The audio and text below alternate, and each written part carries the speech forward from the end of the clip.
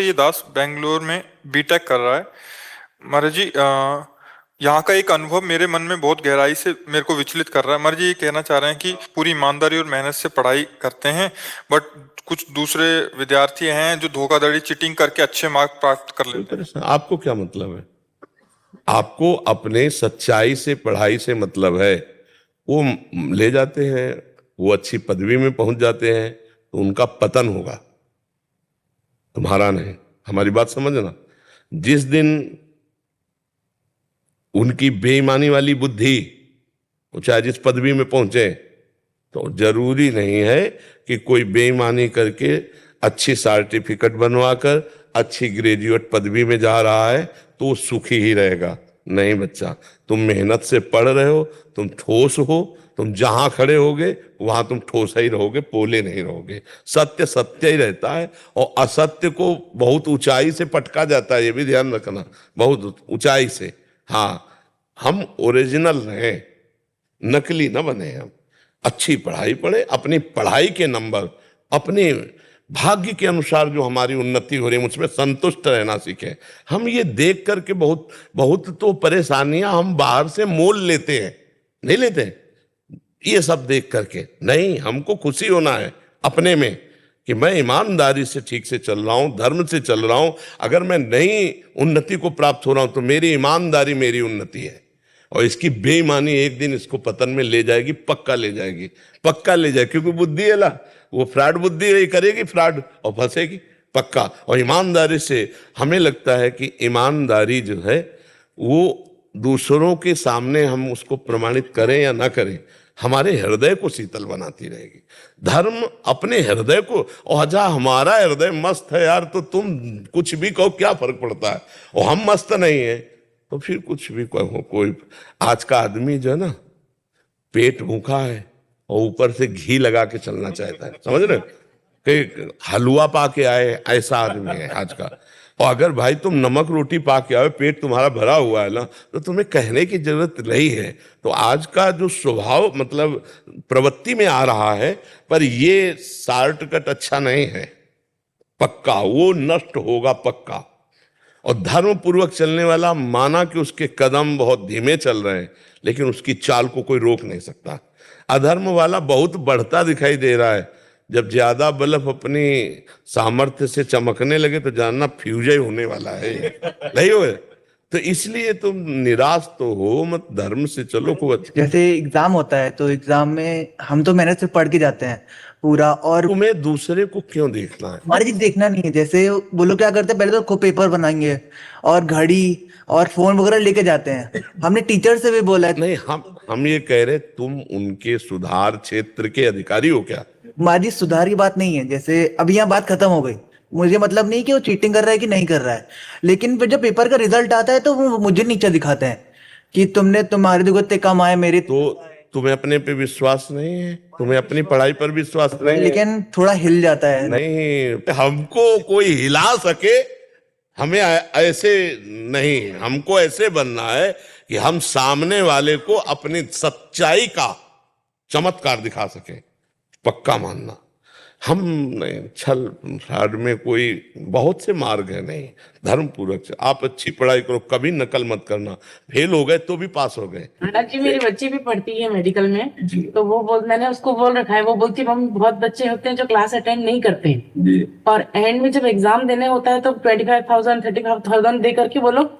हाँ, हमें लगता है कि देखो, जैसे कई जगह बहुत पैसा देकर नौकरी की जाती है, अब उसके दिमाग में किसी भी तरह से पैसा कमाना रहता है, क्योंकि उसने बहुत पैसा दिया है।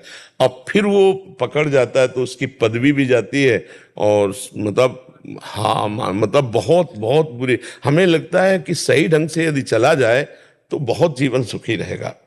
अब जिन लोगों के दिमाग में बैठ गया है कि किसी भी तरह से उन्नति प्राप्त करेंगे, तो हम ये भी कहते हैं कि माना कुछ समय तक आप उन्नति में रहेंगे, लेकिन परिणाम आपका बहुत बुरा होगा। यदि तज्ञे विस्मृ, देखो शास्त्र कभी झूठे नहीं होते, आप समझना। शास्त्र हमारा कहता है यदि तज्ञे विस्मृ परिणामे अमृतोपमम। तुम्हारी जो शुरुआत है वो तुम्हारी विष जैसी है, लेकिन तुम्हारा परिणाम अमृत जैसा होगा। और ये जो असत क्रियाएं हैं, इनमें यद तज्ञ अमृतोपमम, तो परिणामे विस्तृत। जैसे भाई बहन बेटी की तरफ गंदी तरफ दृष्टि रखना, ये सब दूसरे की संपत्ति को छीन लेना, ये सब अमृत जैसा लगता है, लेकिन इसका परिणाम विष होगा। अब 4 बजे उठकर नहा धोकर माला जपना, इसके बाद अपनी पढ़ाई पढ़ना, और ये विष जैसा लगता है, लेकिन इसका परिणाम अमृत जैसा होगा। तो आधार्मिक प्रवृत्तियों की शुरुआत अमृत जैसी लगती है और उनका परिणाम विष होता है, और धार्मिक और सत्य का मार्ग प्रारंभ विष जैसा लगता है, लेकिन इनका परिणाम अमृत हो। तो हमें लगता है अगर परिणाम अच्छा निकले तो बढ़िया बात है।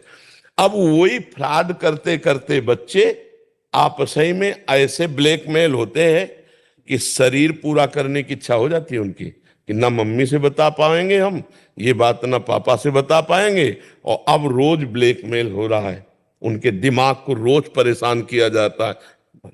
सत्य से चलो, हम कह रहे हैं माता पिता की अधीनता लेकर चलो। तो ये जो भजनहीन बुद्धि होती है वो कहीं भी फंसा सकती है।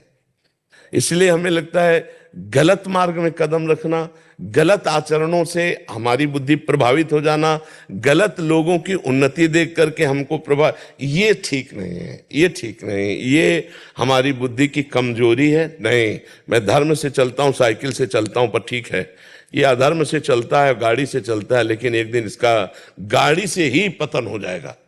बहुत बच्चा, बिल्कुल हम आपको 1000% बात कहते होते तो 100% है। अच्छे कर्म का अच्छा ही परिणाम आएगा।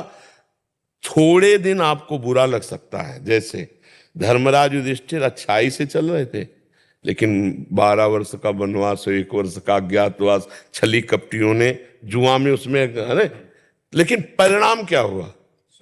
सब मारे गए छली कपटी, और सिंहासन पर महाराज युधिष्ठिर हुए। हम परिणाम की बात कहते हैं। हो सकता है कि आपके सामने जो गलत है वो बहुत उन्नति को प्राप्त हो रहे हैं, लेकिन परिणाम बच्चा उनका अच्छा नहीं होगा। हो सकता है आप उनसे नीचे स्थिति में रह रहे हो, लेकिन आप सत्य से चल रहे हो, तो आप दीपक की तरह जलते रहो, वो हाइलोजन की तरह जल के फ्यूज हो जाएंगे। आपको बहुत ये बातें प्रायः समाज में यही बुद्धि हुई, नहीं, वो सामग्री आपके परिवार को और आपको नष्ट कर देगी, अशांत कर देगी। नहीं, बहुत धर्म से, बहुत धर्म। 100 रुपया अगर किसी का बेईमानी का आ गया है तो आपके 1000 लेके जाएगा और आपको पीड़ा और अशांति जरूर देगा। ये हमारी बात पक्का पकड़ना। अगर आप धर्म से चलोगे तो आप सुखी रहोगे। नमक रोटी खा के नींद की गोली नहीं खानी पड़ेगी।